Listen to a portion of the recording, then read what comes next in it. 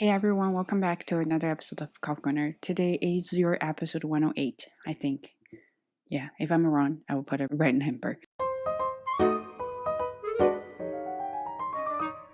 It's been a difficult 2 weeks for me. My husband's grandmother just passed away last Tuesday. It has been a while for her. We went to visit her during Christmas on Boxing Day.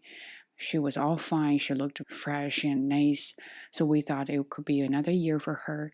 After our visit, and then she went down. And wow, she had a really great life. She was 98 years old. It's just very sad to see someone gone forever. And the thought of that makes me very sad. I can't even talk about it. And this thing inspired me to talk about a topic that one of you have asked, family relationship. It has been very hard for me to deal with the family relationship. First, when I was in China, it was always hard. I was a good daughter. Good daughter means I listened to them, I did whatever I was told, and they liked it. They thought I was a good daughter. And then, came here, I all of a sudden found myself. I wanted to do something by myself, and I wanted to become me. And that means I'm not going to be a good daughter. And then they don't like it. They think I'm brainwashed, and then I'm no longer the good daughter anymore. You can't say they don't love me. They definitely love me very much. I think if I say, wow, you have to sacrifice for me to have a good life, they will sacrifice in a second. They are those kind of parents. But it's very hard for me to live with them. Some of you might know that in the summer, my mom came to help me with the baby. And I really appreciate that. I was really crying before she came here. I was crying so hard. I couldn't handle that. I didn't know I had postpartum depression that back then.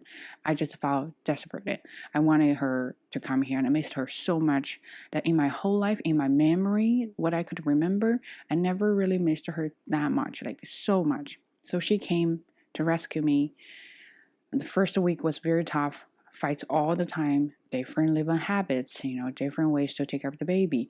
She never listened to me, and then I never listened to her. And of course, she is such a strong woman, and I'm very strong too. And then it was just very hard, and I start to regret to have her here. So why did I make this situation?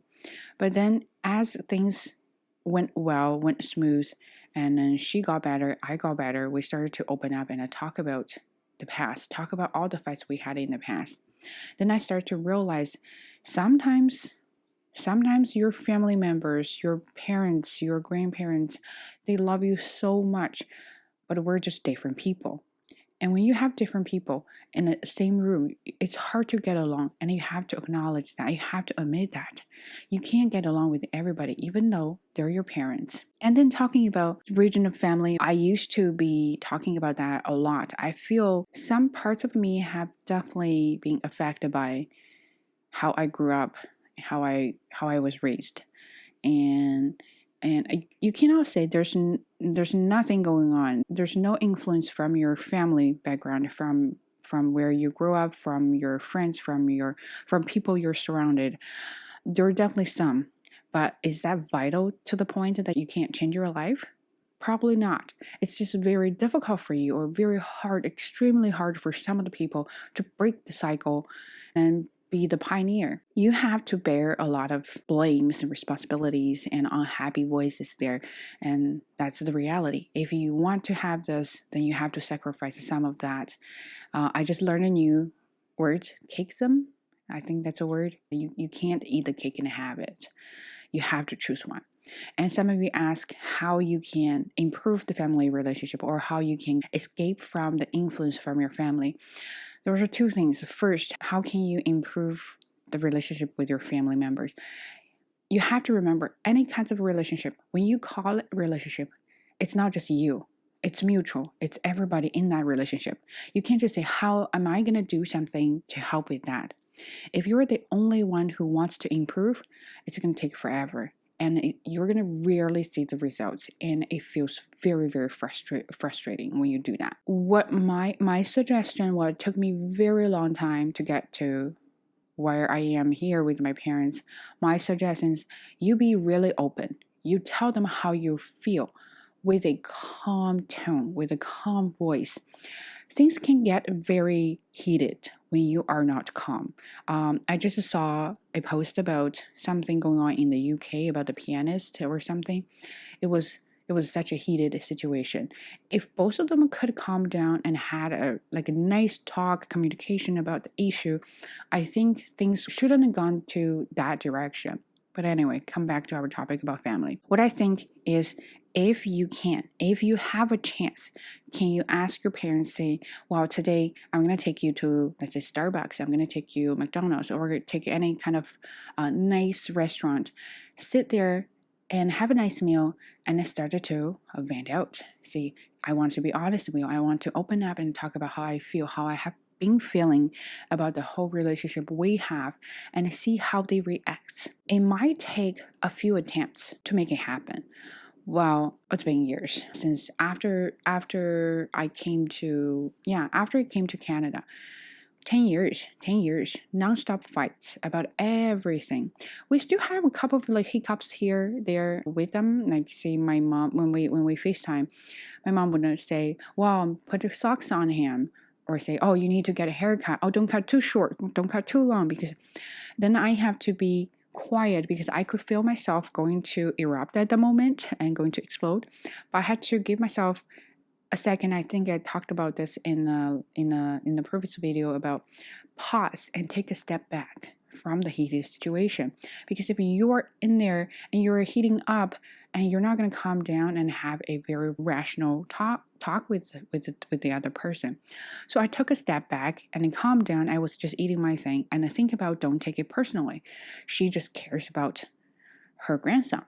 Then I said, oh, wow, okay. So I just called her socks police. And I said, oh, there's a kind of a thing about socks police when they take baby back to China, and all the old women, they talk about you are not having the socks on your baby.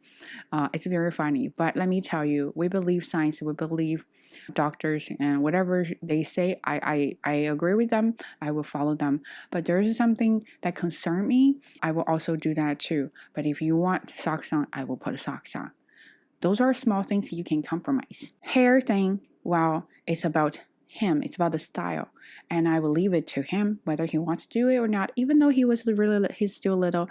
But I don't want to make decisions from the third person. So I said, well, you got to relax, and then don't worry about those tedious things, because those tedious things are not going to hurt him.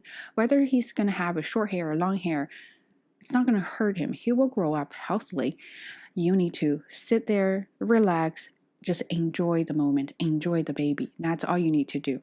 And then she learned. She took a step back and she said, oh, yeah, it's just me, my personality. I've been like that for many years. I said, yeah, we understand. That's why I will remind you. To get to the harmonious moment like this, it took me 10 plus years to work on it. I was from a rebel.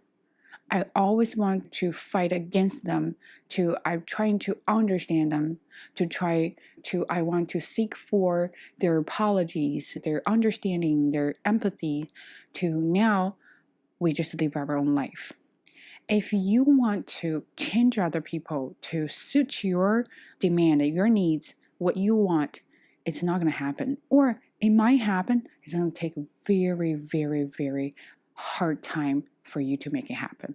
And then you're going to make yourself feel so frustrated and so depressed. So back to the restaurant. You're going to have to talk with your parents about how you feel about yourself, feel about them, why you are acting in a certain way. This is your signal to tell them, this is your behavior to tell them you're good inside. You just want attention from them. You just want freedom from them.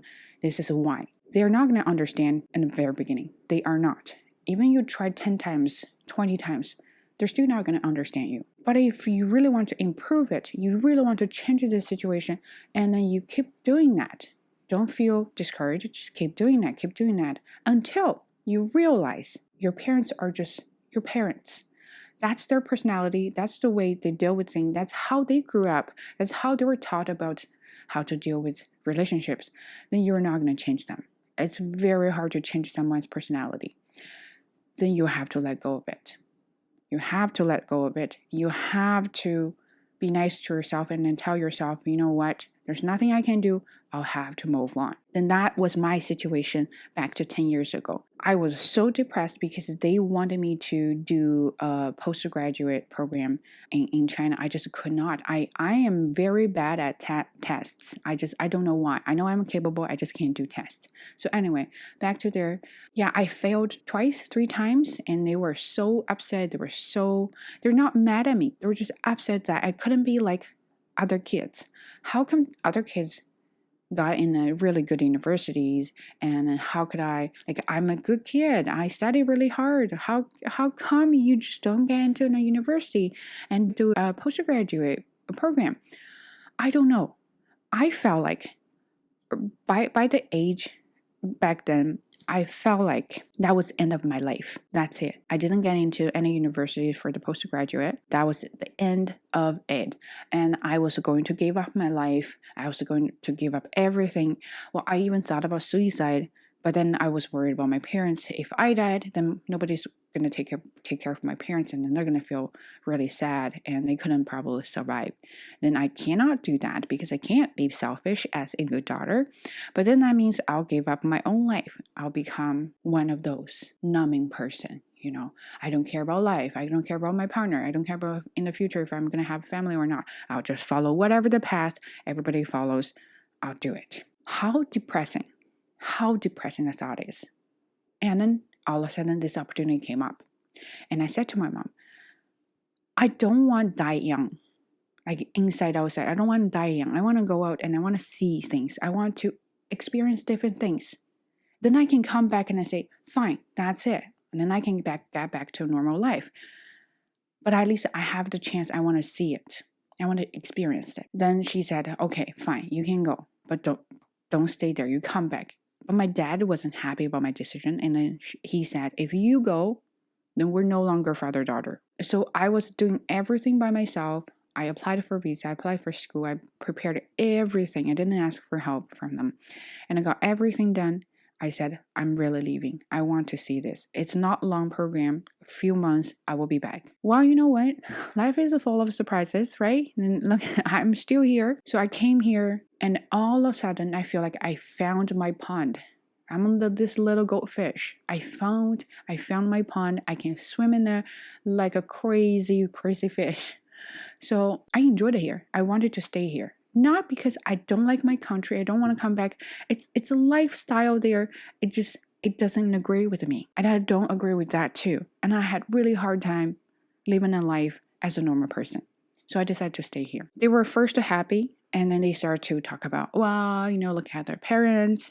They were laughing at us because we don't have a kid, at home around them. I still feel sad. I feel very sad I'm not next to my parents. I can't take them to hospital when they're sick. I can't help them when they need help with the electronic devices.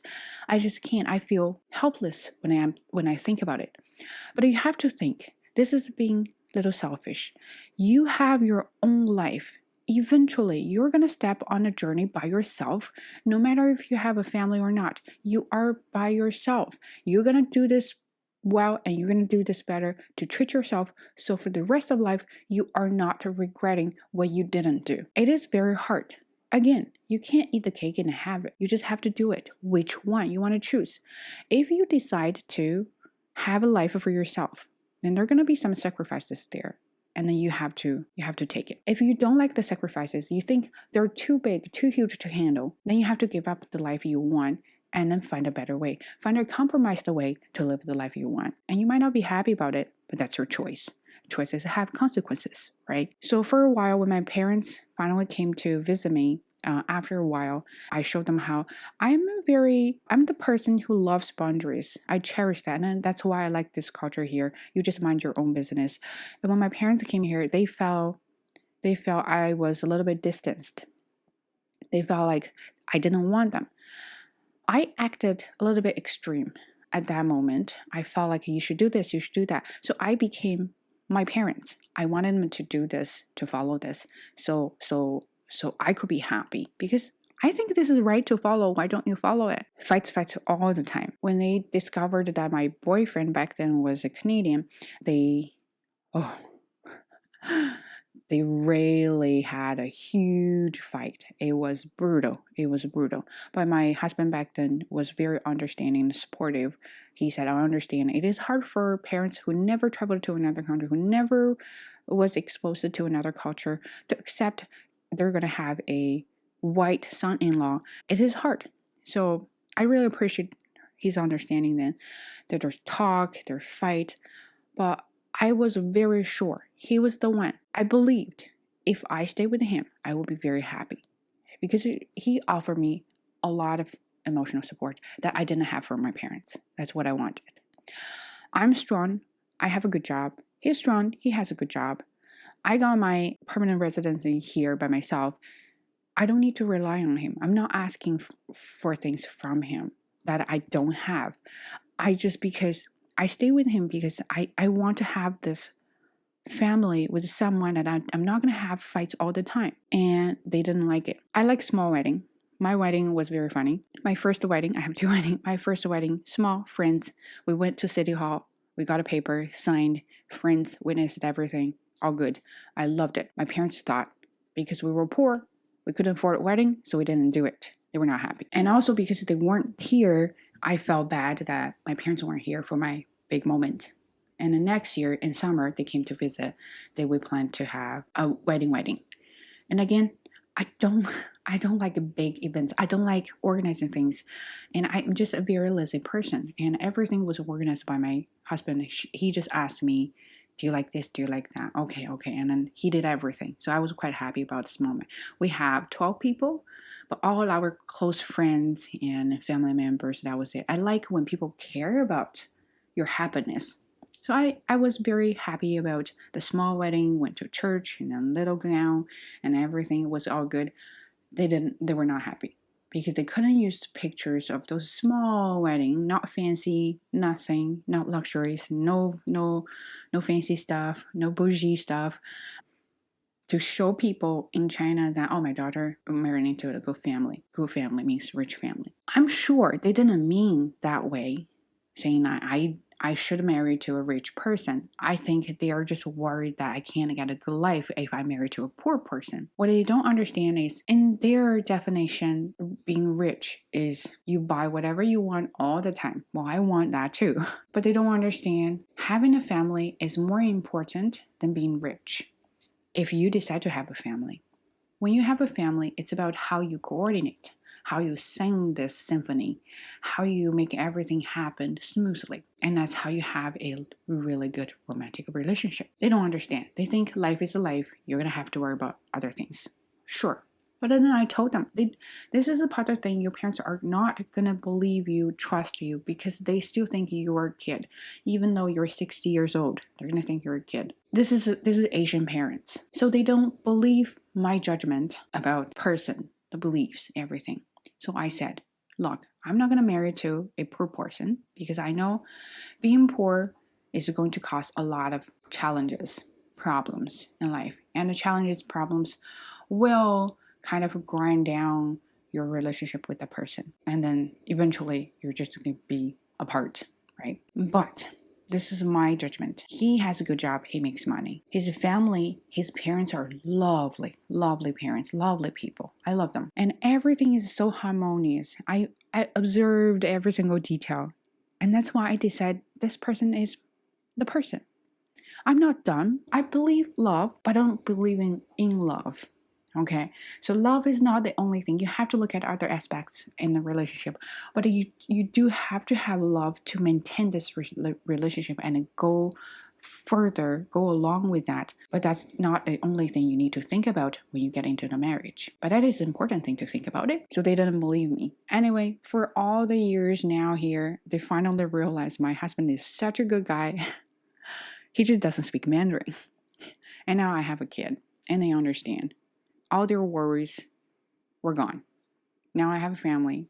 I have my kid. I have a dog. I have a husband. I'm like one of those kids from their neighbors. But that took a very long time. And it took the courage, took the gut for me to leave everything behind to go to another country and start all over again. Back to square one. Even my English, back to square one. Started all over again. Started to relearn everything. And it comes to all the way to now. Can you do it? So that is why I think it is not easy to do it when you want to improve a relationship, because it's mutual. It cannot just be you. It has to be everybody in this relationship. Would they be open to you? Would they talk about their things? Can you find a way to encourage them to talk about things? There's going to be a trigger. There's going to be a moment that all of a sudden you decide and your parents decide to open up and they start to talk about why they think about this. But also you have to remember, everything they talk about, it's going to be very painful. It's going to hurt. But you have to calm down. You have to tell yourself to not take it personally. You have to just listen to them. Let them finish what they want. And sometimes maybe they just got no one to listen to them.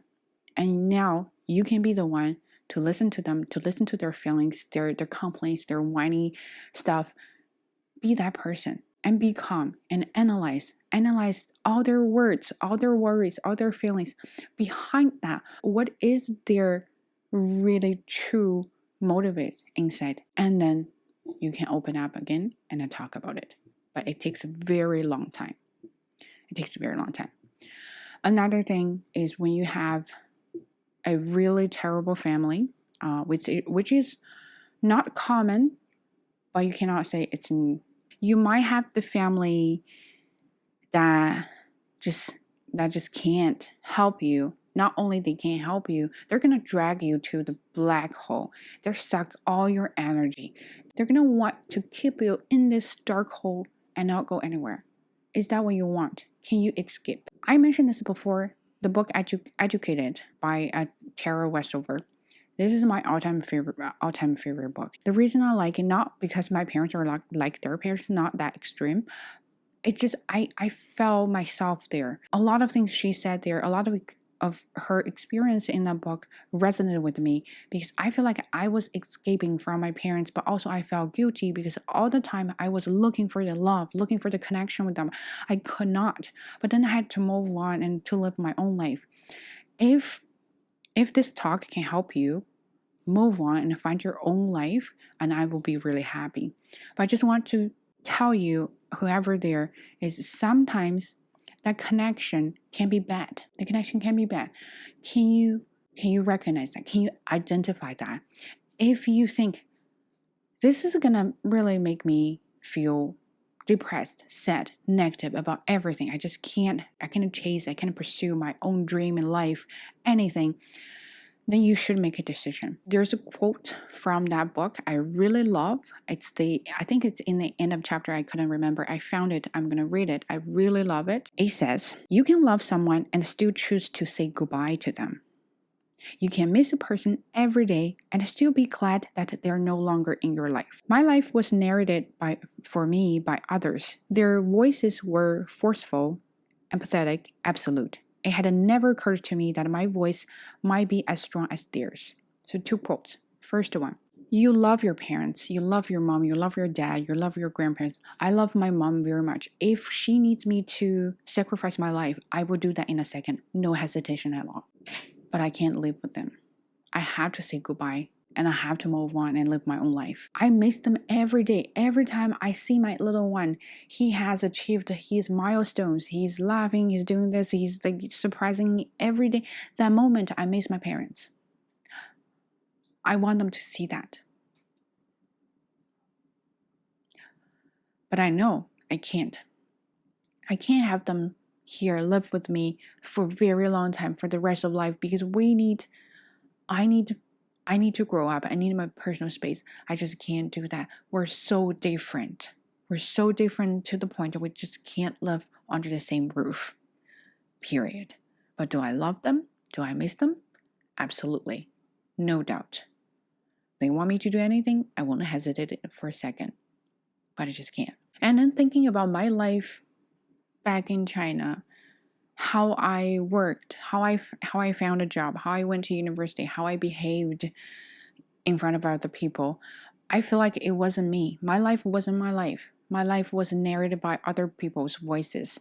They said, you should do this, you should do that, you should settle, you should, as a girl, as a woman, at this age, you should. This is how my life went. I had no choice. But do I really have no choice? Probably not. I have a choice. I can do it. But it takes forever. It takes hard effort to make it happen. I have to sacrifice a lot. But am I happy where I am, what I'm? Yes. But when I look back at all the sacrifice I made, do I regret? No. It was not fun. It was not a pleasure experience, but I wouldn't regret. But do you have the courage to do it, to make it happen? Well, family, relationship, those kind of topics are huge, are broad, and you can talk about it for years and days. That's why there are a lot of studies on this, a lot of the psychological research on this. I'm not I'm not an expert, but this is my experience, and I hope you like it. Maybe there's something that can inspire you to make your own decision and move on and do a better job, to treat yourself better, treat yourself nicely. Then I feel like I'm doing something good. But if not, just listen to it for fun and practice your English, right? Anyway, so I hope you like this episode. I'll see you next time. Take care. Bye.